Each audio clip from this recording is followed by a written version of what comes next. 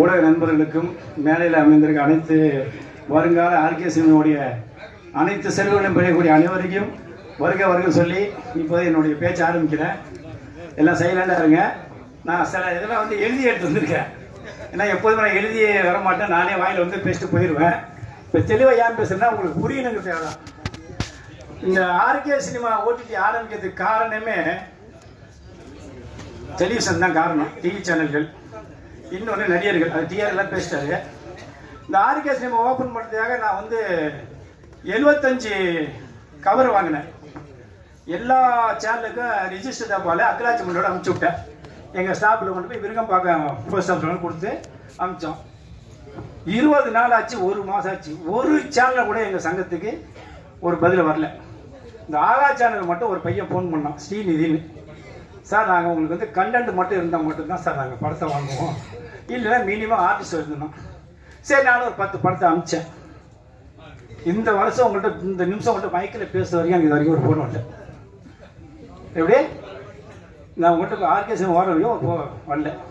சரி, நான் அப்புறம் சில நண்பர்கள்லாம் கேட்டு பார்த்தேன். அப்புறம் ஃபோன் கேட்டேன்.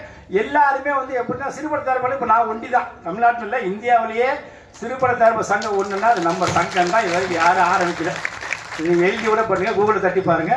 உலகத்திலேயே சிறு பட்ஜெட்டுன்னு சொல்லுவாங்க, சிறு தொழிலும்பாங்க. ஆனால் சிறுபட தயாரிப்பாளர் எல்லாரும் பேசுவாங்க வாய் வலிக்க. ஒருத்தர் கூட அந்த பிரசாதத்தில் பேசும்போது இதை நான் செய்யணும்னு ஒருத்தர் கூட சொன்னது கிடையாது. இது உண்மையாலன்னு உங்களுக்கு தெரியும்.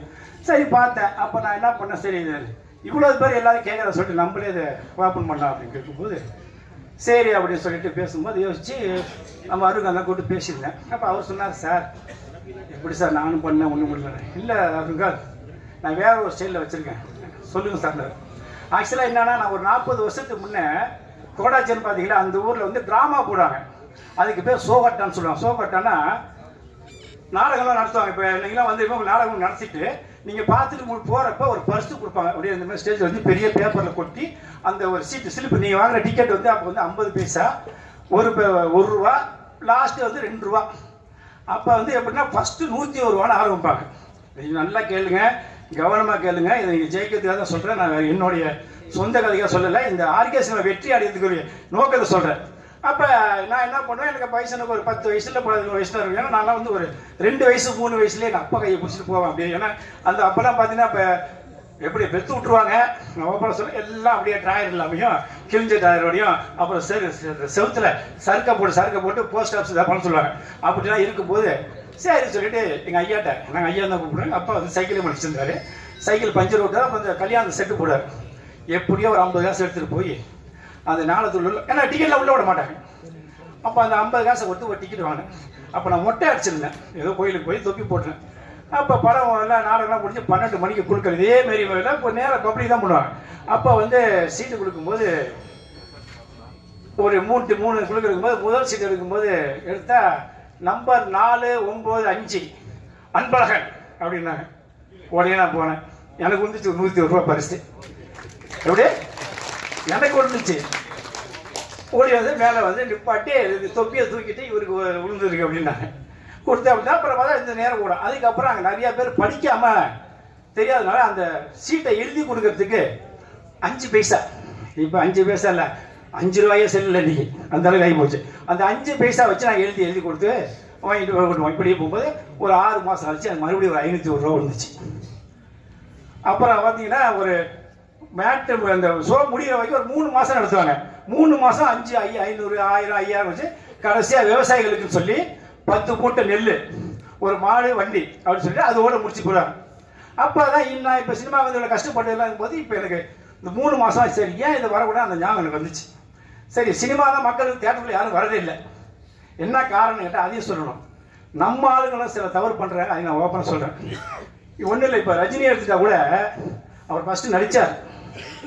அதுக்கப்புறம் தான் ராகவேந்திராவா வள்ளியோர் படம் கதைவசனம் வச்சு எடுத்தார். அதேமாரி கமல் எடுத்துட்டாலும் நடித்தார்.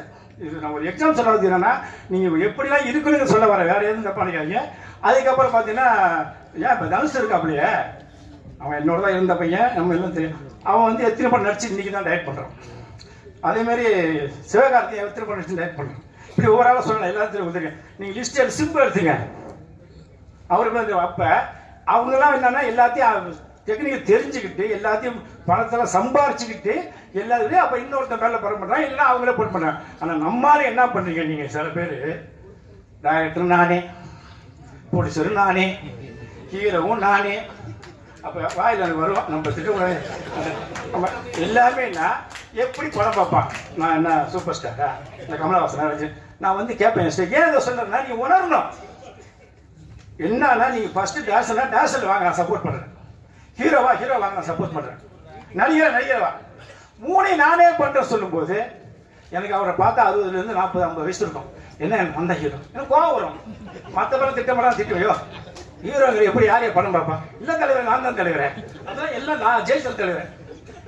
ஏன்னா காக்கேட்டி தன் கொஞ்சம் போய் அவருக்கு அவரே எல்லாம். ஆனால் ஏன் அப்புறம் படம் வெளியே எவனும் வாங்குறது இல்லை. அதுக்கப்புறம் தியேட்டருக்கு போகலான்னு சொன்னா தியேட்டருக்காரங்க மேலே நம்ம தப்பு பேசணும். நம்ம சொன்னல 3 பேர் அவனை போட தியேட்டர் என்ன பண்ணுவாங்க? எவனும் உள்ள வர மாட்டான். எத்தனை தான் ஒரே நிறைய மூஞ்ச பார்ப்பான்.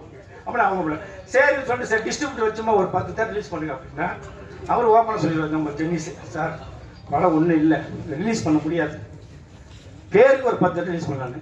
இதில் நம்மளால என்ன ஒரு கற்பனை இருக்காங்க. அது அடுத்த பாயிண்ட் ஒரு நிறைய எழுதி வச்சுட்டேன். அப்போ 10 தியேட்டர் ரிலீஸ் பண்ணுறது மீறி குறைஞ்சபட்சம் 5 லட்ச ரூபாய் வேணும். ஏன்னா கவர்மெண்ட் மானியம் கொடுக்க சொல்லுவாங்கல்ல, மானியத்தை நம்மளால கொடுக்க செம்பிளாடு போய் மேய்ப்புல வாயில விழுந்து ஒன்று கொடுத்தா நம்மளால மானியம் போய் இது வரைக்கும் கலைஞர் செத்ததுக்கு அப்புறம் தெரிஞ்சு ஒழுங்கா மானியம் கொடுக்கவே இல்லை. தமிழ்ல யாரும் டைட்டில் வச்சு கொடுக்கல, கலைஞரோட முடிஞ்சு போச்சு. அதே மாதிரி இப்ப இருக்கிற முதல்வருக்கு வந்து சினிமாங்கிறது அவருக்கு பிடிக்க, அதையும் தெரிஞ்சு வச்சுங்க. இப்ப கீழே அன்பழகனே எனக்கு தனிப்பட்ட முறை இறந்துட்டாரு.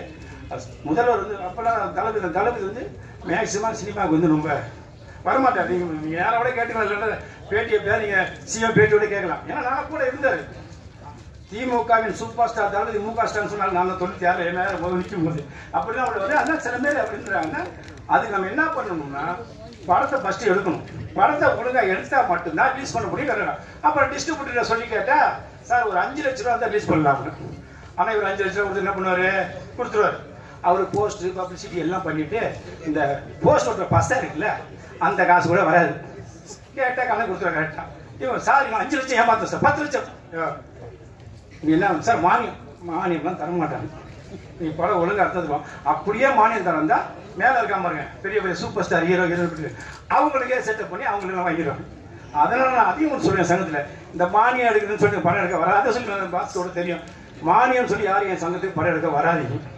கதை நல்லா இருந்தா படம் எடுக்கும், இல்லையா எடுக்காத. இப்போ நான் சொன்ன 3 தான் அப்படி சொல்லி சொல்லிவிட்டேன். ஏன்னா இப்போ ஏன்னா இன்னைக்கு படம் ரிலீஸ் பண்ணி எனக்கு தெரிஞ்சு இப்போ நான் 5 வருஷமா ஒரு 5000 புடிச்சர் வந்து ஒன்றும் இல்லாமல் வீட்டை திட்டு வாங்கிட்டு பொண்டாடி என்ன சொல்ல கேட்டுக்கிட்டு கடைக்கு போயிட்டா கடைக்கு வா, வீட்டுக்கு கேட்ட வீட்டு வா, அதுக்கு போயிட்டு வா, உனக்கு இனிமே படம் எடுத்தா விஷம் வச்சு கொண்டு அதையும் சொல்லிடுறேன்.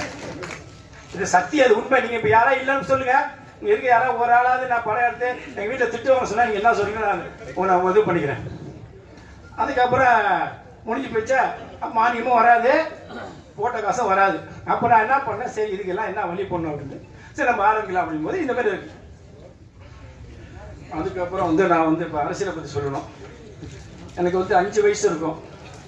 எனக்கு வந்து எங்கள் ஐயா 5 வயசு இருக்கும்போது நான் எங்கள் அப்பா கையை பிடிச்சி அப்போ சொன்னேன். எங்கள் அப்பா வந்து இப்போ வந்து உங்களுக்குலாம் தெரியாது, உங்களுக்கு நான் சொல்கிறேன் மேக்ஸிமம் ஒரு ஆள் இருந்தார். மண்ணை நாராயணசாமி ஒருத்தர் இருந்தார், அமைச்சர் அண்ணா காலத்தில். அப்போ பொதுப்பணித்துறை அமைச்சர் வந்து கலைஞர். ஏன் இதெல்லாம் சொன்னால் கேட்டுங்க, நான் சொல்லலாம் உங்களுக்கு ரெக்கார்டு பாடம் முயற்சி வெற்றி. நீங்கள் சாதனை இதை பேசுகிற மாதிரி எதுனா பேசுகிறேன் பார்த்து யாருக்கு எந்த மீடியா பார்த்துட்டு இல்லை. அப்போ மண்ணை நாராயணசாமி, கோசிமணி, எல் கணேசன், தாலிமு கருணாநிதி தந்தார். அப்போ வந்து எங்கள் ஊர் திருவாரூர் தொகுதி வந்து ரிசர்வ் தொகுதி. அப்போ கலைஞர் வந்து சைதாபாட்டில் நிற்கிறாரு, தாலிமு கருணாநிதி திருவாரூரில் நிற்கிறார் ரிசர்வ் தொகுதியில். அப்போ என்ன சொல்கிறாங்க, கலைஞர் தான் நிற்கிறாங்க, அது ரிசர்வ் கொடுங்க.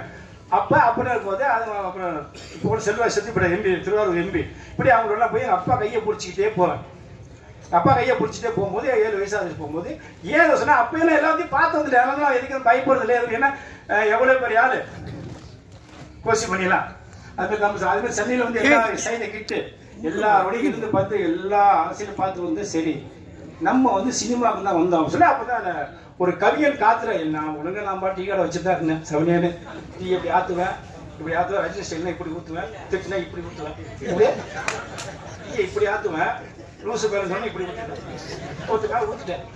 ஆமா சத்தியமா இன்னும் என்னோட பேசல இவ்வளவு மெண்டல்ட்டான் என்ன பண்ண முடியாது. அப்ப ரஜினி செத்து பண்ண என்ன பண்ணோம்னா உடனே ஏரியா கூட நிறைய அடிச்சு உடச்சிருவேன்ட்டேன். என்னோட ரஜினி உயிரோட யாரும் செத்து பண்ண சொல்லிட்டு சொன்னா அதுக்கப்புறம் தான் எனக்கு 3 வருஷம் அவ்வளோ பைத்தியம். நான் மாட்டி போட்டு 72 வயசு உயிரோட இருக்காரு. ரஜினி செத்து பண்ண என்ன பண்ணான் பொய்யில உண்மை. ரஜினி செத்துடுவாரா? இந்த கொரோடாச்சியிலிருந்து திரு வரைக்கும் அடிச்சு எல்லாரும் ஓட விட்டு கரையாடிச்சு விட்டோம் பைத்தியம் அப்படின்னு. அதோட அப்படி இருக்கும்போது ஒரு கவிஞன் காத்திருக்கிறன்னு ஒரு படம் தினமலர்ல வந்துச்சு. எவ்வளோ ஒருத்தன் பேப்பர் இருந்தது. அப்போ வந்து புது வருஷம் தான் அதெல்லாம் படம் ரிலீஸ் ஆகி ஓடிட்டு இருக்கு. அதுக்கு முன்னே நான் வந்து சினிமாவில் வந்து போயிட்டேன். அப்போ சொன்னா டே நீ அப்படியே பிரசாந்த் மாரியா இருக்கடா, அஜித் மாரியா இருக்கடா. அப்போ அஜித் வரல வச்சு யாருமே இல்லை வந்தப்பலாம். அண்ணா நீ அப்படியே பிரசாந்த் மாரி இருக்கடா, புது வருஷம் படம் அவ்வளோ சூப்பரா, நீ வரலாம்னா.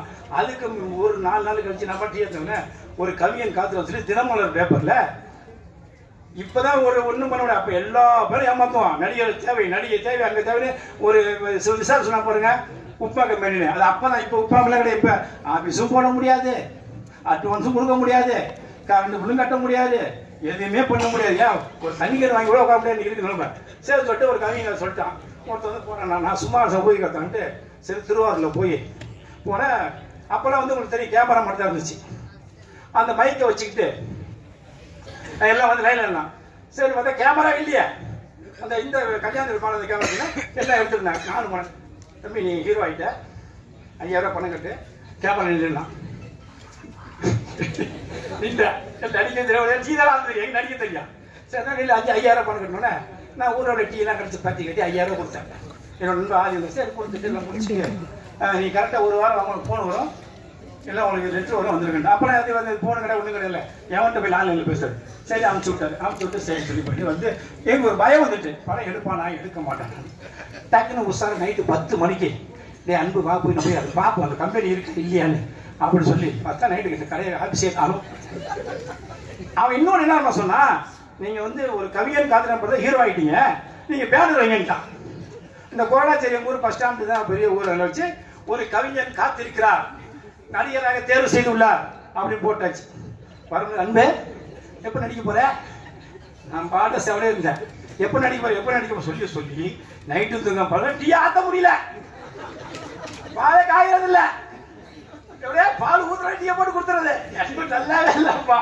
சரி எல்லாம் சொல்லிட்டு இது மேல வழி சொல்லிட்டு இந்த பையன் சொன்னேன் ஃப்ரெண்டு வை பிரசாந்த் மாதிரி இருக்குன்னு. சரி மெட்ராஸ் இருந்தா ஊரு கம்மியெல்லாம் அலைஞ்சா எல்லா பயிலும் போய் டீ வாங்கி கொடு இட்லி வாங்கி கொடு சாப்பாடு சொல்லி அலைஞ்சு பார்த்துட்டு அதோட சரி வேண்டாம் சொல்லி இங்கேயே தங்கிட்டேன். இங்கேயே தங்கி சினிமாவுக்கு ஆளாலும் நனைஞ்சி நம்ம வெளியில ஏகப்பட்டாயிட்டு அப்பெல்லாம் அரவிந்த் சார் பிஸியில் இருந்தாரு. பார்த்து முடிச்சு கடைசியாக விஜயராகபுரத்துல சாரி சேத்துப்பட்ட ரூம் போட்டு தங்கியிருந்தேன். அப்பதான் விஜய் என்ட்ரி அவர் நாயா பையன் அலைஞ்சு முடிஞ்சு போச்சு. முடிஞ்சே வந்து விஜய் வந்து அப்பதான் ஒரு நாளைக்கு படம் நடிக்கிறார். எதுக்கு இதை சொல்ல வரேன், நான் ஜெயிச்சு சொல்ல வரேன். நீங்க எதோ பேச தப்பா நினைச்சீங்கன்னா நான் நிப்பாட்டிடுறேன். ஆமா யாராவது ஒரு ஆளுதாவது நான் பேசுறது ஒரு கஷ்டமா இருந்தா நான் நிறைவு செஞ்சு ஆர்கே சினிமாவில் விட்டுறேன். அதை நான் சொல்றேன். அது ஓப்பனா அப்ப வந்து நான் சேத்துப்பட்டில் இருக்கேன். ஒரு குடிசை வீட்டுல 400 300 மழை பெஞ்சா ஊத்தும் படுத்தான் தண்ணி வந்துடும். அப்படி இருந்திருக்கும் போது நாளைக்கு கூட லைலா காலேஜில் ஷூட்டிங் நடந்துச்சு. சரி எல்லா பக்கம் அழிஞ்சு கிடைக்கலன்னு சொல்லிட்டு சரி லைலா ஷூட்டிங் முடியாது. ஏன்னா காலேஜில் நான் ஸ்டூடெண்ட் மேதார் பண்ணி பார்த்தீங்கள வத்தல் தொத்தல் மணி என்னன்னு அதான் நான். அப்புறம் சரி போனால் தாமுக்கு வந்து எஸ்எஸ் வந்து டைலாக் சொல்லி கொடுக்குறாரு காலேஜில். அப்போ வந்து அப்போ ஃபிலிமை சாப்பிட்டா கற்று விட்டுறேன். அரவிந்த் சாருக்கு தெரியும் எல்லாமே. சார் வெளியே சாப்பிட்டா டென்ஷன் ஆகி ப்ரெஷர் ஏறி போய் கொஞ்ச நேரம் பிரேக் கொடுத்தாரு, என்ன அதாவது ஷிஃப்டிங் மாதிரி கொடுத்தாரு. அப்போ என்ன பண்ணாரு 9 7 8 டேக் வந்து தாமுக்கு இல்லை. நான் அன்றைக்கி இந்த ஸ்கூல் படத்துக்கு வந்தப்போ நான் கேட்டேன், ஓ அப்படியா அப்போவா அவர் சார் வானமேலே 24 டேக் வாங்கணும் அப்படின்னு. சரி 9 டேக் வரைக்கும் வந்துச்சு. நடிப்பிக்கலை இப்படி தோலை கையில் போட்டுக்கிட்டாரு. வடை சாப்பிடு, பிரியாணி சாப்பிடு, சிக்கன் சாப்பிடு, மட்டன் சாப்பிடு, எல்லா இது வேணுமா ஜூஸ் சாப்பிடு, ஆனால் ஃபிலிமை மட்டும் சாப்பிட்டா இப்படியே ஓடி போயிட்டார். இதுக்கப்புறம் நான் எப்படியும் போய் சான்ஸ் கேட்பேன் அவர்கிட்ட போய். அவ்வளோ பேர் தாமு மிமிக்கரி தாமு. நானாவது டீ கடை போட்டது டீ ஆசனம் ஆற்றுவேன். அவர் போன அப்புறம் மேலே அதை எவ்வளோ விட்டு அதுக்கப்புறம் அஜித் வந்தார். நான் கேட்காத இடம் இல்லை, போகாத இடம் இல்லை, பார்க்காத இடம் இல்லை, செய்யாத உதவி இல்லை, எல்லாத்தையும் பார்த்து முடிச்சு வந்து இனி சினிமா இப்போ தெரிஞ்சு போய் ராஜி போய் வேலை செய்யணும். ராஜி 2 போட்டு அங்கே நான் தான் இங்கே தான் என்னை பார்த்தா தெரியுமே. என்னை பார்த்தாலும் சும்மா அதர்னு சொல்லுவாங்க ரஜினி, அது அவரு கிடையாது, எனக்கு தான். நான் அங்கே போய் கிங் ஆகிட்டேன். ராஜ்கிரண் சார்ட்ட போயிட்டு நான் தான் இல்லை பணம் கொடுக்கறது போகிறது வரலாம். போய் உங்களுக்கு எல்லாம் தெரியும், வெளிச்சம் ஈச்சம் வடி, அதான் வடி வரைக்கும் நான் தான் காசு நைட்டு இப்போ நான் கொடுக்கணும். அது நான் நிறைய பேர் சொல்லிட்டேன். இப்படிலாம் வந்து அதுக்கப்புறம் ஆஸ்கார் வச்சுட்டு போய் அதுக்கப்புறம் நாட்டாமன்னு ஒரு படத்தை நாங்கள் வாங்கி அந்த படம் நான் தான் முதல்ல வாங்க சொல்லி ரிலீஸ் பண்ணி அதுக்கப்புறம் தான் நாட்டாம, பெரிய மருது, தென்மட்ட 2, கிக் பாஸ்டர், ஜுராசிக் பார்க்கு, இப்படி பல படம் எடுத்து ரிலீஸ் பண்ணி அதுக்கப்புறம் எங்கள் அப்பா இறந்துட்டாரு. ஊருக்கு போனேன். நல்லா மெயினாக சொல்ல தெரிஞ்சு வச்சுங்க, நான் வந்து சினிமாவுக்கு வந்து என்னோட ஊரில் எல்லாரும் கேட்பாங்கன்னு சொல்லி அந்த கௌரவத்துக்காக நான் வந்து என்னுடைய சொந்த பந்தத்தையோ ஒரு நல்லதுக்கு அதான் சொல்லிப்பேன். என்னோட அண்ணன், தம்பி, தங்கச்சி, சொந்த பந்தம் எந்த ஒரு நல்லதுக்கு நான் போனதே இல்லை. அந்த ஊரில் போய் நான் காலை வச்சதே இல்லை. கொரோடாச்சேரியில் எங்கள் அப்பா செத்தாரு, ஆஸ்கார் ஒரு அமௌண்ட் கொடுத்தாரு, போயிட்டு வந்தேன். அடுத்து எங்கள் அம்மா செத்தாங்க, போனேன். அதுக்கப்புறம் என்னோட சொந்த படம் எடுத்து தான் நான் என்னோட கொரோடாச்சேரிக்கு போய் படத்தை எடுத்தேன். அப்போ எல்லாரும் என்ன சொன்னாங்கன்னா, டேய் சொன்னதை சாதிச்சுங்களா, ஏன்னா எங்கள் ஊரில் கொலை தான் நடக்கும். கொரோடாச்சேரிங்கிறது ஒரு கொலைகார பொண்ணு சொல்லுவாங்க. அந்த ஊரில் போய் நான் படம் எடுக்கும் போது எல்லாருமே வந்தாங்க. அப்போ சொன்னாங்க, நீ எந்த லட்சத்துக்கு போய் இங்கே வந்து இதே ஊரில் கொரோடாச்சேரி படம் எடுத்துட்ட, பெரிய விஷயம். இன்னைக்கு வரைக்கும் அந்த கொரோடாச்சேரியில் எல்லாருக்கும் பேர் புகழ இருக்கு. ஏன்னு காரணம், நான் எங்கே பிறந்து எங்கே வளர்ந்து எங்கே போய் வந்து என்னோட ஊரில் படம் எடுத்துருக்கேன்னா இப்போ என்னுடைய நான் எவ்வளோ கஷ்டப்படுற பாருங்க. அதனால தான் சொல்றது இந்த ஓடிடி ஆகிய காரணமே இதுதான். அடுத்தது பேசிட்டேன். தமிழக அரசுக்கு ஒரு முக்கியமான கோரிக்கை, இது வந்து நீங்க எல்லாருமே பப்ளிஷ் பண்ணணும். என்ன காரணம்னா, இது வரைக்கும் வந்து எந்த ஒரு அரசாங்கமும் ஜெயலலிதா 10 வருஷம் தான் ஒழுங்கா கொடுக்கல. கலைஞர் இடையில அறிவிச்சாரு, கொடுத்தாரு, இப்போ இது வரைக்கும் கொடுக்கல.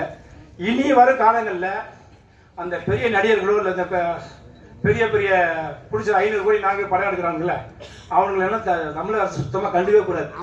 யாருன்னு கேட்டா 50 லட்சம் ரூபாய்க்கு மேலே ஏவிய படம் எடுக்க மாட்டாங்க. அதே மாதிரி ஜெமினி அப்படி இருந்த ஒரு சினிமா திரைய உலகத்தை இந்த நடிகர்லாம் நம்ம யாரையுமே குறை சொல்ல, அதையும் மைண்ட்ல வச்சுங்க. எந்த நடிகரும் இவ்வளவு சம்பளம் யாரையும் போய் கேட்கறது இல்லை. நம்ம ஆளுங்க வேணும்னே பிடிச்சிட்டு போய் எங்கெங்கயோ கார்பரேட்ல வந்து இன்னைக்கு சினிமாவே இந்த 2024 பல ஆயிரம் கோடி காலி. நம்ம படத்தை எவனும் வாங்கல. அதனால தான் நான் சொல்றேன், இப்ப தமிழக அரசு முதல்வர் சாலின்னு சொல்றேன், எனக்கு 96 சொல்லிதான் சரி நம்மள இந்த சினிமாவில் ஏமாத்துறவன் எவன் இருக்கக்கூடாது. ஏன்னா எல்லா பேரும் ஏமாத்துறான், எல்லா பேரும் ஏமாத்துறான், எல்லாம் பொய். அதனாலதான் சரி பார்த்தேன், ஏன் இந்த சங்கத்தை நம்மள உருவாக்குனா. ஏன்னா நான் ஏற்கனவே எல்லாரையும் பார்த்ததுனால எல்லாம் இந்த மாமி மிஸ் இட்லி வான்னு சொல்லுவாங்க, அந்த மாதிரி நிறைய இருந்தது. சரி நம்ம ஆரம்பிப்போம் அப்படின்னு சொல்லிட்டு தான் சொல்லும்போது, இப்போ இந்த மானியம் சொல்லும் போது எந்த மானியம் கிடைக்காது அப்படின்னு சொல்லி நான் அமைச்சேன். இப்போ நான் தமிழக ஒரு கோரிக்கை வைக்கிறேன், நீங்க இனி திரையுலகம் இல்லை, நீங்க மக்கள் சப்போர்ட்டோட வர்றதா நீ தமிழ்நாட்டில் என்னை பொறுத்த வரைக்கும் ஒரு 5 லட்சம் பேரால் சிறுபட தயாரிப்பாளருடைய கனவுகள் எண்ணங்கள் எப்படி 5 லட்சம் இல்லை 50 லட்சம் பேரோட இருப்பாங்க சினிமா நம்பி. அவங்களுக்கெல்லாம் நீங்க வந்து படம் எடுத்த உடனேயே சென்சார் பண்ண 10 நிமிஷம் நீங்க வந்து உடனடியாக மானியம் 10 லட்சத்துக்கு கொடுக்கணும். இந்த உங்களுடைய மீடியாவில் அது படம் ஓடல தமிழ்ல டைட் வச்சு படத்தை மானியம் அறிவிச்சிடணும். நீங்க வந்து அந்த கவுண்டி போறது, இந்த 10 பேர் மினிஸ்டர் கூப்பிடுறது, அப்புறம் அந்த பிஆர்ஓ கூப்பிடுறது, அப்புறம் இவங்க நம்ம மச்சா இவங்க மாமா நம்ம தெரிஞ்ச பையன் சொல்றது, அப்புறம் அதில் கமிஷன் எடுக்கிறது, அதெல்லாம் கூட தமிழக அரசு ஒரு ஜீவோ போடணும். சிறுபட தயாரிப்பாளர் சென்சார், ஏன்னா அந்த படத்தை எடுக்கிறது பெரிய விஷயம். அதுக்கப்புறம் சென்சார் வாங்கி அதை கொண்டு வரதுக்குள்ள 15 பிள்ளை பெற்றுருவாங்க ஒரு பொம்பளை, நம்மளால ஒரு பிள்ளை பெற்க முடியாது. அதனால அந்த 10 லட்சம் ரூபாய் தமிழக அரசு சென்சார் ஆகி அந்த பார்த்தோன்னே செக் கொடுக்கணும், யாரோடைய அனுமதி இல்லாம நேரடியா அந்த செய்தித்துறை செயலாளர்கிட்ட போய் இவங்க செக் கொடுத்து அந்த சென்சார் காமிச்சா யூடியூப்ல அடிச்சு அவங்க பணத்தை செக் போட்டு கொடுத்துக்கணும். அது வந்து இது வந்து எல்லாருமே சப்போர்ட் பண்ணணும், எல்லாருமே முதல்ல கோரிக்கை வச்சு அவங்க, ஏன்னா அவர் செய்வாரு ஒண்ணு இல்ல. இன்னைக்கு வந்து முதல்வர் 10 பேர் திட்டுறாங்க போறாங்க, அவர் முதலமைச்சர் வந்தார், எங்கெங்கெல்லாம் போனார் வந்தாரு, அவருடைய ஒழுங்கு பார்க்கணும். அவர் என்ன மாதிரி உழைச்சவர் தான் முதல்வர். இன்னைக்கு முடியல நம்ம வந்து, அதனால நம்ம வந்து சென்சார் பண்ண முதல்ல 10 லட்சம் மானியம். ஏன்னா அந்த மானியம் 10 லட்சம் தான் நம்ம எப்படியா நம்மளுடைய பொண்டாட்டி சொல்லிக்கலாம், படம் எடுத்த லட்சத்துக்கு 10 லட்சம் அரசாங்கம் போடி அப்படின்னு சொல்லலாம். ஏன்னு கேட்டீங்கன்னா உண்மை, அந்த ஒரு மரியாதை இல்லை கவர்மெண்டால ஒரு அதே மாதிரி இதை நீங்க எல்லாருமே ஒன்று சேர்ந்து முதல்வர் நம்ம எல்லாம் கோரிக்கை வச்சாகணும். இல்லை இந்த வாயில நம்ம சொன்னாலே கேட்போம். ஏன்னு கேட்டா நம்மளுடைய வாழ்வாதாரம் சிறு படம் தாங்கும் போது அந்த 10 லட்சம் நமக்கு போதும். நம்ம இப்போ ஓட்டி ஆரம்பிச்சுட்டோம், எப்படியாவது நம்ம ஒரு நல்ல படம் எடுத்தீங்கன்னா ஒரு 50 லட்சம் நம்ம சேர்தான், எல்லாம் 50-50 சேர்தான். படம் நல்லா எல்லாம் வாங்கவே மாட்டேன், திட்டி அமைச்சிடுவேன். ஏன்னா எல்லாம் நான் போட்டு போது இந்த பைக்கு ஒவ்வொரு படத்துல பைக் கொடுக்குறோம்.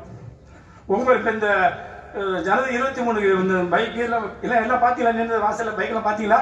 நகையெல்லாம் காமிச்சாங்களா? நகையெல்லாம் பாத்தீங்களா? நகையெல்லாம் காமிச்சாங்களா தம்பி என் பையன்? இல்ல நேரம் ஒரிஜினல் வாங்கிட்டு வந்தேன் பையன் செஞ்சுவே. நகையெல்லாம் எடுத்து காட்டுப்பா, நகையை டப்பால எடுத்து காட்டுங்க.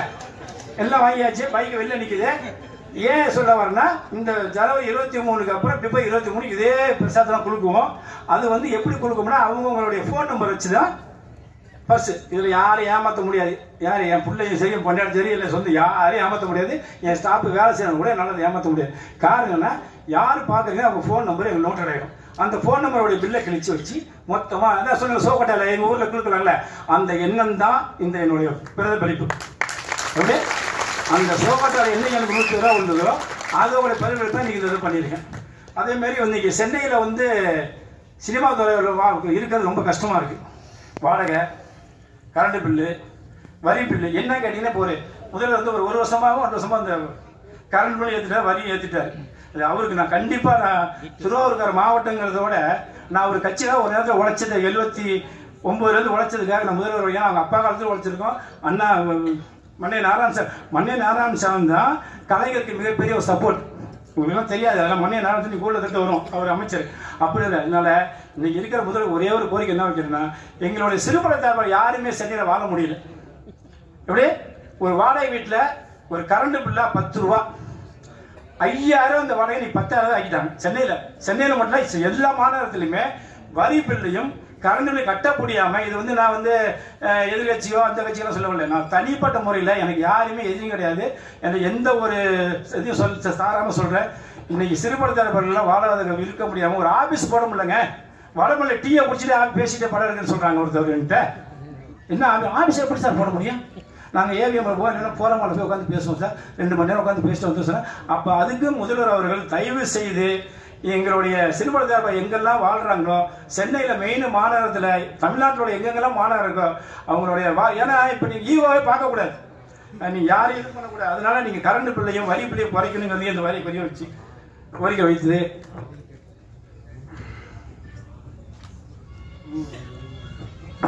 அதே மாதிரி இதுக்கு மேலே பேச டைம் கிடையாது. ஏன்னா இதுதான் பேசி ஆகணும். ஆமாம், இதான் உண்மை. இதான் இதுக்கு மேலே பேசல உங்களுக்கு எல்லாமே போயிடும். அதே மாதிரி நான் இதை சொல்லுங்கன்னா, நான் அப்படி வந்ததுனால நம்ம யாரும் குறை சொல்ல மாட்டேன், திட்ட முடியாது. என்ன காரணம், அரசாங்கம் தான் நம்ம சப்போர்ட் பண்ணணும். அந்த அரசாங்கத்தை நம்ம குறை சொல்லணும்னா அரசாங்கம் எதுவும் செய்ய மாட்டாங்க. அப்போ நம்ம அரசாங்கத்தை சப்போர்ட் பண்ணணும். அவர் இப்போ நீ முதல்வர் ஸ்டாலின் இருந்தாலும் சரி, நாளைக்கு யார் வந்தாலும், ஏன்னா நம்ம யாருமே இல்லை, நம்மளோட வாழ்வாதாரமே நம்ம குடும்பம் தானே, நம்ம லட்சியமே நம்மளுடைய இதுதானே வாழ்வாதாரம். அப்படி நம்ம யாருக்கும் நம்ம சப்போர்ட் பண்ணி பேசக்கூடாது. அதனால தான் என்ன சொல்றேன்னா, எந்த சூழ்நிலையும் நம்ம இருக்க யாரையுமே, எந்த ஒரு அரசியல்வாதியுமே யாரையுமே குறை சொல்லாதீங்க, யாரை பற்றி எதுவும் தவறாக பேசாதீங்க. காரணம் நம்ம லட்சியம் எல்லாம் முன்னேறணும் ஒவ்வொரு நாளும். ஏன்னா இன்னைக்கு பார்த்தீங்கன்னா பெரியார், அண்ணா, கலைஞர், சிவாஜி, எம்ஜிஆர், ஜெயலலிதா, இன்னைக்கு இருக்க அத்தனை நம்ம தமிழ்நாடு கிடைச்ச ஒரு பொக்கிஷம். உண்மையில எம்ஜிஆர் நம்ம நாட்டு கிடைச்ச இன்னைக்கு அவங்கெல்லாம் வந்ததுனால தான் இன்னைக்கு நம்மலாம் வந்து ஒரு பெரிய விளைச்சூச்சியோட இருந்து இன்னைக்கு செயல்படுறோம். அன்னைக்கெல்லாம் ஒன்றுல பார்த்தீங்கன்னா மத்திய அரசுக்கு தமிழ்நாடு யாருன்னே தெரியாது. உங்களுக்கு தெரியும், இந்திரா காந்தி எல்லாம் இருக்கிறப்ப, ராஜீவ்காந்தி அவர்லாம் இருக்கும் போதெல்லாம் தமிழக அரசுலாம் எந்த அளவுக்கு வந்து தமிழ்நாட்டை வந்து யாருமா இன்னைக்கு எல்லாமே பார்க்கக்கூடிய அளவுக்கு ஆகி போச்சு டெல்லி. அதனால நம்ம ஜெயிக்கணும்னா எல்லாரும் பொருள் கொடுக்கணும். ஏன்னா நிறைய எழுதிட்டு வந்தேன், பேச நேரம் இல்லை ரொம்ப. அதனால ஆர்கே சினிமாவை நம்பி நீங்க இருக்க அத்தனை பேருக்கும் நான் கண்டிப்பாக ஹெல்ப் பண்ணுவேன். கண்டிப்பாக சொல்லுவேன், யாரையும் குறை சொல்லாதீங்க. மெயின் ஒன்று கற்றுங்க, யாரையுமே எந்த ஒரு சூழ்நிலை நீங்கள் சொல்லுவாங்க காக்கைக்கு தான் கொண்டு பொந்துச்சுன்னு. அதனால் யாரையுமே குறை சொல்லாமல் நீங்கள் என்ன மாரி நேராக வாங்க, கண்டிப்பாக ஜெயிப்பீங்க. ஏன்னா இன்னைக்கு நான் இவ்வளோ தூரம் தைரியமாக பேசுகிறேன்னா எந்த சூழ்நிலை கிடையாதுனால நீங்கள் எல்லாமே நேர்மையாக வாங்க. கண்டிப்பாக இந்த ஆர்கே சினிமா மூலியமாக உங்களுக்கு மிகப்பெரிய வெற்றியை தருவேன் சொல்லிட்டாரு. அப்புறம் விஜயகாந்த் சாரை பற்றி பேசணும். அப்போ சொன்னார், அவருக்கு வந்து திருமூர்த்தின்னு ஒரு படம் வந்தப்போ நான் போய் அவருக்கு கதை சொன்னேன். நம்ம ஏவிஎம் சர்மா இறந்துட்டாரு, அவர் மூலியமாக போய் எனக்கு கதை சொன்னோம். என்னட்டு விஜயகாந்த் கதை கேட்டார். நம்புங்களா நீங்கள்? படம் பேர் தர்மகர்த்தா. ஒடுக்கப்பட்ட ஒவ்வொருத்தருக்காகவும், நசுக்கப்பட்ட நம்மளுக்காகவும் பாரத தலைவர் பாதம் வச்சு நின்றாலும் அவருடைய பயணம் வச்சு தொடர்ந்து கொண்டு தான் இருக்கின்றவர் தர்மகர்த்தா கூட சொல்லி ஒரு கதை சொன்னேன். சூப்பராக இருந்தார். ஆனால் அப்போ பிடிச்சிருந்தார். இவர் 2 வருஷம் வச்சு காலிச்சு சொன்னார். அதனால் அதுமாதிரி விஜயகாந்த் எப்படி வந்தார், மதுரையில் இருந்து அவர் இன்னைக்கு உடையை பார்த்தீங்கன்னா நெல் தள்ளிட்டு இருப்பார். அதனால் கஷ்டப்படாமல் எதுவும் வராதுங்கிறத நீங்கள் எல்லாரும் உணரணும். கஷ்டப்பட்டால் நீங்கள் ஜெயிப்பீங்க.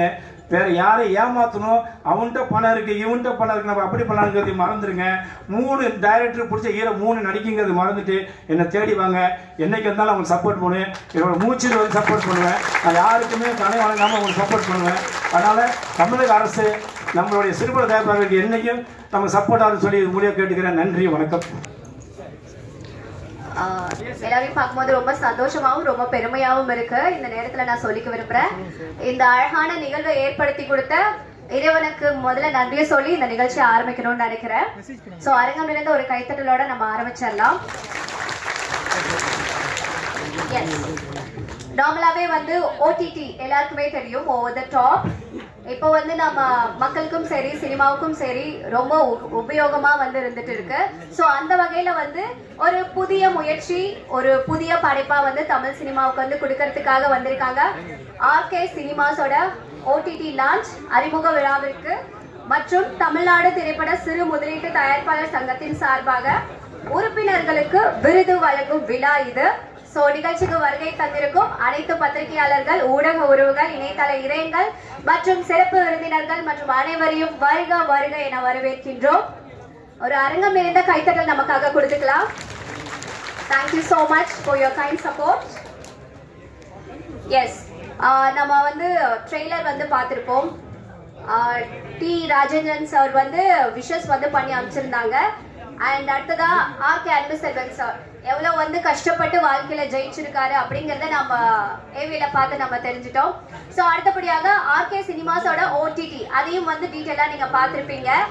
அண்ட் இப்போ வந்து ஆர்கே சினிமாஸோட ஓடிடி வந்து நம்ம லான்ச் சிடி வந்து ரிலீஸ் பண்ண போறோம். சோ அதற்காக வரவேற்புரை கொடுக்கறதுக்காக தமிழ்நாடு திரைப்பட சிறு முதலீட்டு தயாரிப்பாளர் சங்கத்தின் தலைவர் ஆர்கே அன்புசெல்வன் சார் அவர்களே பேசுவதற்காக அன்போடு அழைக்கின்றேன். சிடி ரிலீஸ் பண்ணிட்டு வரவேற்பு கொடுத்தலாம் சார். ஓகே, ஸ்பெஷல் கெஸ்ட் ஸ்டேஜுக்கு கூப்பிடலாம். சோ முதலாவதாக தயாரிப்பாளர் கிருஷ்ணராஜ் அவர்களை மேடைக்கு வருமாறு அன்போடு கேட்டுக்கொள்கிறேன். தயாரிப்பாளர் கிருஷ்ணராஜ். ரோஜா பத்திரிகையாளர் துரை ராமச்சந்திரன் அவர்களை மேடைக்கு வருமாறு அன்போடு கேட்டுக்கொள்கிறேன். ரோஜா பத்திரிகையாளர் துரை ராமச்சந்திரன். நடிகர் தயாரிப்பாளர் சேர்மன் ராஜேந்திரன் அவர்களை மேடைக்கு வருமாறு அன்போடு கேட்டுக்கொள்கிறேன்.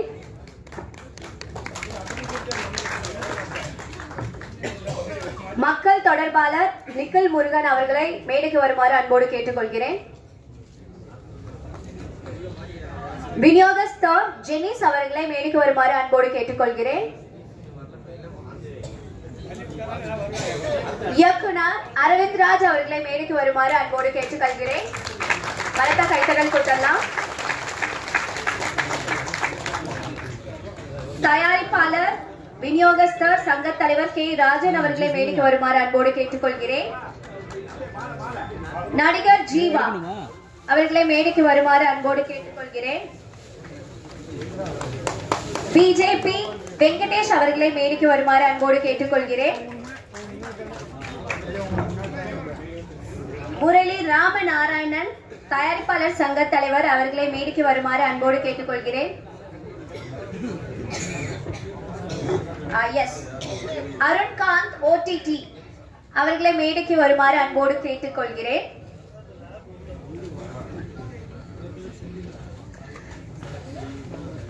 இயக்குனர் செந்தில்நாதன் அவர்களை மேடைக்கு வருமாறு அன்போடு கேட்டுக்கொள்கிறேன். இயக்குனர் செந்தில்நாதன் ஒரு அரங்கம் நிறைந்த கைத்தட்டல் கொடுத்தலாம் அவருக்கு.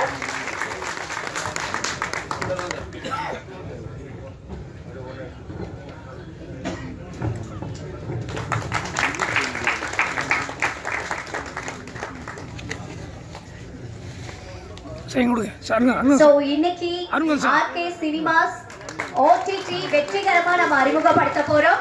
அதற்காக ஆர்கே அன்புசெல்வன் சார் அவர்களுக்கு ஒரு அரங்கம் நிறைந்த கைத்தட்டல் இந்த தருணத்துல நம்ம கொடுக்கணும் வேண்டிக்கிறேன். Congratulation sir and best wishes for you. So அதற்கு வந்திருக்கக்கூடிய இந்த நிகழ்ச்சிக்கு சிறப்பு விருந்தினர்கள் ஆகிய அனைவருக்கும் ஒரு பலத்த கைத்தட்டல் கொடுக்குமாறு அன்போடு கேட்டுக்கொள்கிறேன். Thank you so much.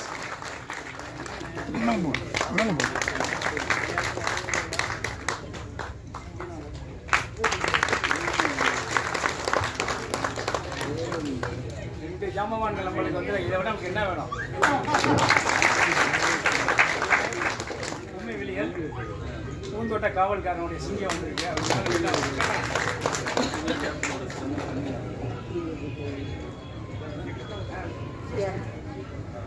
இயக்குனர் விஜய் ஸ்ரீ சார் அவர்களை மேடைக்கு வருமாறு அன்போடு கேட்டுக்கொள்கிறேன்.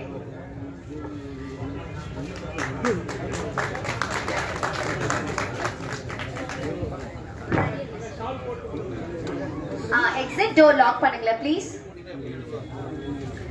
சோ இன்னும் கொஞ்ச நேரத்துல நீங்க எல்லாரும் எதிர்பார்த்துட்டு இருக்க மாதிரி ஆர்கே சினிமாஸோட ஓடிடி அறிமுக விழா சிடி ரிலீஸ் பண்ண போறோம்.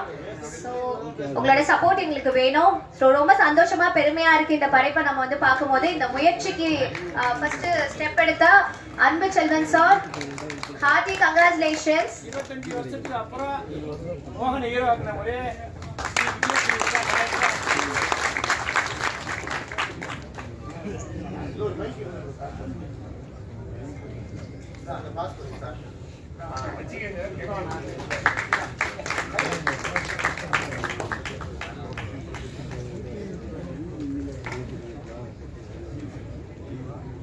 நான் எக்ஸிட்ல இருக்க டோர் வந்து லாக் பண்ணுங்களேன் ப்ளீஸ். அங்க நிக்கிறவங்க உள்ள ஒண்ணு வாங்க, இல்லனா அந்த side நின்னுக்கோங்க. So please close the door. Door close பண்ணுங்க, exit door. Yes.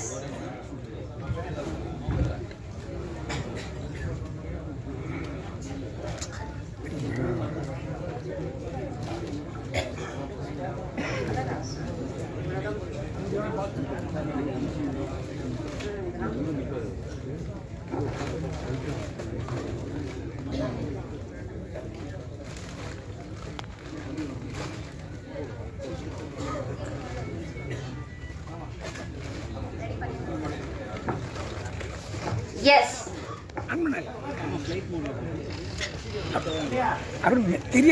Okay. CD release பண்ணிடலாமா? Yes. RK சினிமாஸோட OTT அறிமுக விழால இப்ப நம்ம CD ரிலீஸ் பண்றோம். சோ ஒரு அரங்கம் நிறைந்த கைத்தட்டல் மீண்டும்.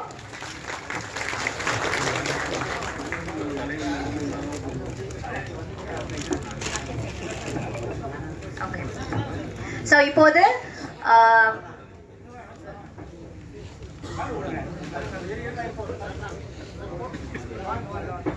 நம்மளுடைய சங்கத்துக்கு வந்து ஓடிடியை வந்து நமக்கு ரெடி பண்ணி கொடுத்து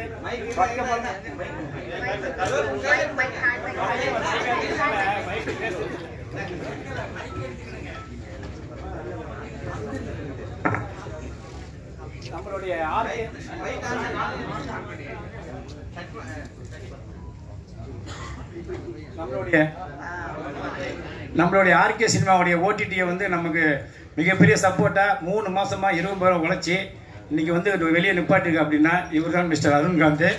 எல்லாரும் ஒரு கரவசம் போடுங்க. நம்ம படத்தை ஜெயிக்கிறதுக்கு, படத்தை ரிலீஸ் பண்ணுறதுக்கு, படத்தை மிகப்பெரிய லெவலில் கொண்டு போகிறது இவர்கிட்ட தான் இருக்குது. ஏன்னா ஒரு சின்ன ஒரு விஷயத்தினால அது எனக்கு ஒன்றுமே தெரியாது. அது இவர்கிட்ட தான் நான் எல்லாத்தையும் கற்றுக்க சொல்லி பண்ணி இப்போ என்னுடைய பையன் தான் எல்லாத்தையும் ஆப்ரேட் பண்ணிட்டு இருக்கான். அதனால் இந்த ஆர்கே சினிமா சக்ஸஸ் ஆகிறதுக்கு நமக்கு மிகப்பெரிய வெற்றி. உங்கள் படத்தெல்லாம் வாங்கி ரிலீஸ் பண்ணி எந்த ப்ராப்ளம் இருந்தாலும் சக்ஸஸ் பண்ணுற ஒரே ஆள் நமக்கு அருண்காந்த் தான் இருக்காரு. அதனால் நீங்கள் எல்லாரும் நல்லபடியாக வரணும். இப்போ அவருக்கு எல்லா சார்பும் அந்த சால்வையும் இந்த இதையும் மாலை போடுறேன்.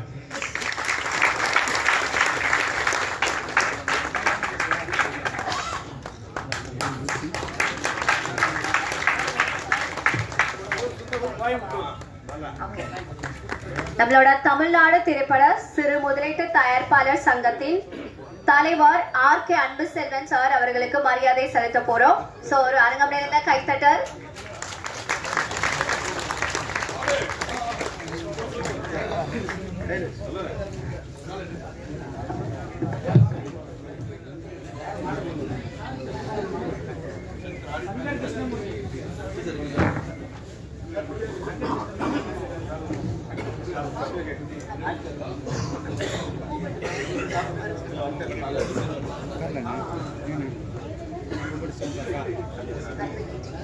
சோ சங்கர் அட்வொகேட் அவர்களுக்கு மரியாதை செலுத்துறோம். சோ அவருக்கும் ஒரு கைத்தட்டல் கொடுத்துடலாம்.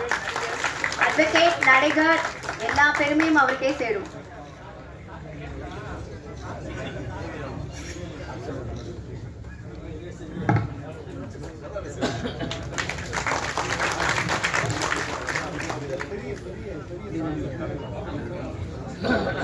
தலைவர் ஆர்கே அன்பு செல்வன் சார் அவர்களுக்கு அரவிந்த் ராஜ் சாரும் செந்தில்ராஜ் சாரும் மரியாதை செலுத்த போறாங்க. சோ ஒரு கைத்தட்டல் கொடுத்துடலாம்.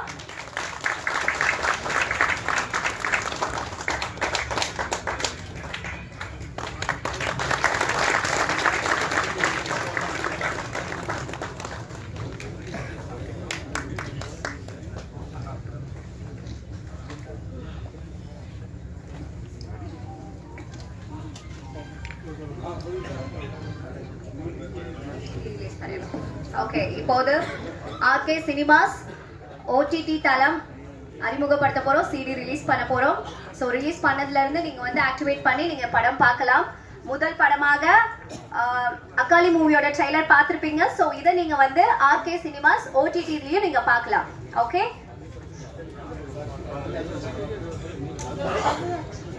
சொல்லுங்க.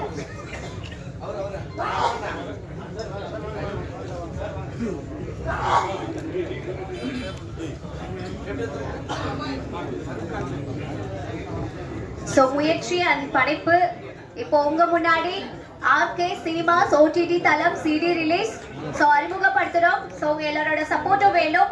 அரங்கம் நிறைந்த ஒரு பலத்த கைத்தட்டல் கொடுத்து நம்ம வரவேற்பு கொடுத்தலாம். வணக்கம்.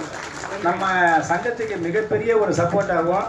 சிறுபடம் தான் மெயினாக வரணும்னு சொல்லி இன்னும் வரைக்கும் என்னுடைய எப்படி சொல்ல இதயத்தில் எப்போ போயிட்டாலும் சார் நீங்கள் சிறுபடத்துன்னு ஒரு முயற்சி உண்டாக்கிங்க, அதனால் நான் என்ன சப்போர்ட் பண்ண சொல்கிறேன். பாண்டிச்சேரியை சேர்ந்த கிஷோர் ஆதித்யா அவர் இப்போ தான் வந்தார். அவருக்கு ஒரு அறிமுகம் தான் நானே பேசுகிறேன். அவருக்கு ஒரு மிகப்பெரிய சப்போர்ட் பண்ணான்னு கேட்டால் உங்களுக்கு ஹெல்ப் பண்ணுறாரு எனக்கு தெரியாது, எனக்கு ஹெல்ப் பண்ணுவார். அந்த ஹெல்ப் பண்ணுற மூலியமாக உங்களை நான் காப்பாற்றுவேன். அதனால் அந்த கிஷோர் ஆதித்யா எல்லாம் சப்போர்ட் பண்ணுறேன்.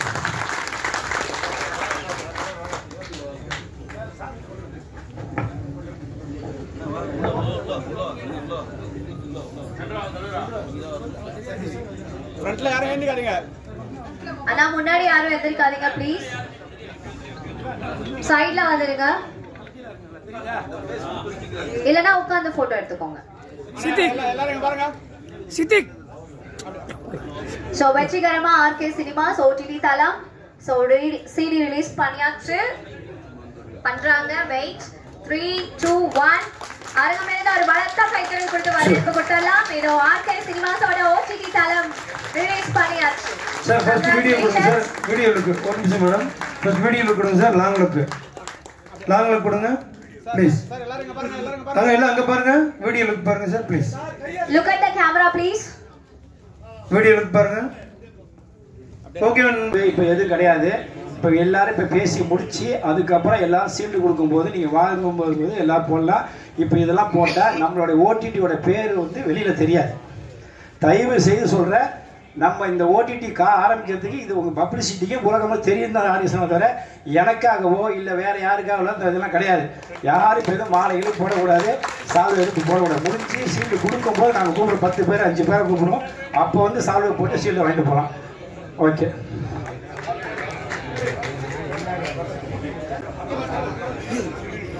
எஸ், நிகழ்ச்சியின் முதலாவதாக தமிழ்நாடு திரைப்பட சிறு முதலீட்டு தயாரிப்பாளர் சங்க சார்பாக உறுப்பினர்களுக்கு விருது வழங்கும் விழா இன்னும் கொஞ்ச நேரத்தில் நடக்கும். ஸோ அதுக்கு முன்னாடியாக இந்த நிகழ்ச்சியோட வரவேற்புரை கொடுக்கறதுக்காக தமிழ்நாடு திரைப்பட சிறு முதலீட்டு தயாரிப்பாளர் சங்க தலைவர் ஆர்கே அன்பு செல்வன் அவர்களை வரவேற்புரை கொடுப்பதற்காக அன்போடு அழைக்கின்றேன்.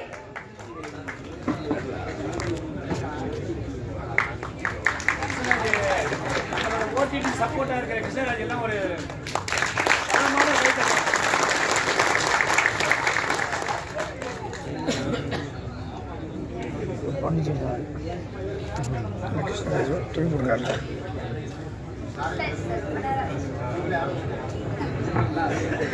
என்ன